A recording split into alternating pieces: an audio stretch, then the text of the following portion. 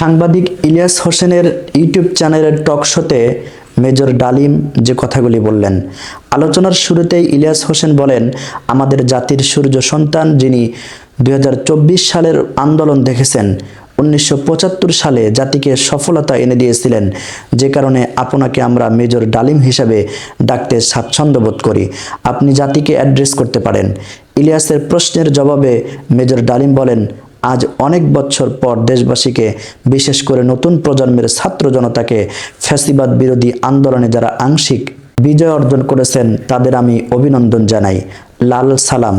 বিপ্লব সমাজ বা যে কোনো রাষ্ট্রে একটি চলমান প্রক্রিয়া, সেই অর্থে তাদের বিজয় এখনও পুরোপুরিভাবে অর্জিত হয়নি। তার জন্য আরও সময় প্রয়োজন। পুরোপুরি অর্জন করার পর তাদের এমন একটি অবস্থান থাকতে হবে যেখান থেকে তারা নীতি নির্ধারণ করতে পারবে। তাদের ইচ্ছা, চাহিদা ও প্রত্যাশার সঙ্গে জনগণের চাহিদার মিল রয়েছে, সেটা বাস্তবায়ন করার দায়িত্ব কিন্তু তাদের। 24 এর অভ্যুত্থানের নেপথ্যের নায়ক ছাত্র জনতাকে পরামর্শ দিয়ে তিনি বলেন, সম্প্রসারণবাদী হিন্দুত্ববাদী ভারত যার কবজায় আমরা প্রায় চলে গিয়েছি, সেই অবস্থান থেকে সেই 71-এর মতো আরেকটা স্বাধীনতা অর্জন করতে হবে। তা না হলে বিপ্লব ব্যর্থতায় পর্যবসিত হবে। 75-এর হত্যাকাণ্ডের নেপথ্যের কারণ জানতে চাইলে তিনি বিস্তারিত ইতিহাস তুলে ধরেন। তিনি বলেন, খুবই স্পর্শকাতর কথা, নিজের বাদ্য নিজে বাজানো যায় না। প্রথম কথা, 15ই আগস্ট কোনো বিচ্ছিন্ন ঘটনা না, এটার সূত্রপাত হয় মুক্তিযুদ্ধ চলাকালীন অবস্থায়। আমরা বুঝতে পেরেছিলাম বাংলাদেশের মুক্তিযুদ্ধটা কাদের ইন্টারেস্টে হচ্ছে। এটা কি আমাদের ইন্টারেস্টে হচ্ছে, নাকি আমরা মুক্তিযুদ্ধ করে যে স্বাধীন করব, নাকি অন্য কোনো উদ্দেশ্যে কাজ করব। মুক্তিযুদ্ধ চলাকালীন সময় থেকেই এর শিকড় বিস্তৃত ছিল। আমরা তখন বুঝেছিলাম এই যুদ্ধ কি আমাদের স্বার্থে নাকি অন্য কোনো উদ্দেশ্যে হচ্ছে। তিনি বলেন, শেখ মুজিব স্বৈরাচারী শাসন চালু করেছিলেন, যা সাধারণত মানুষকে তার বিরুদ্ধে ক্ষোভে ফুঁসে উঠতে বাধ্য করেছিল। তার স্বৈরাচারী শাসনের ঘটানো ছিল সময়ের দাবি। তিনি আরো বলেন, 15ই আগস্ট একটি সামরিক বিপ্লব ছিল, এতে উভয় পক্ষের লোকজন হতাহত হয়, তবে বিপ্লবীরা বিজয়ী হয়ে ক্ষমতা দখল করে নেয়।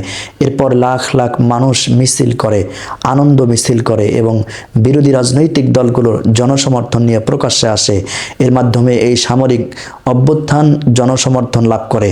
মেজর ডালিম বলেন, যখন 7 দফাতে চুক্তি করে নজরুল ইসলাম তাজউদ্দিনকে পারমিশন দেওয়া হলো একটা প্রভিশনাল গভর্নমেন্ট গঠন করার, সেনা অভ্যুত্থান তো আর খালি হাতে মার্বেল খেলা না। ওখানে দুই পক্ষ থেকে গোলাগুলি হয় এবং হতাহত হয় দুই পক্ষেই।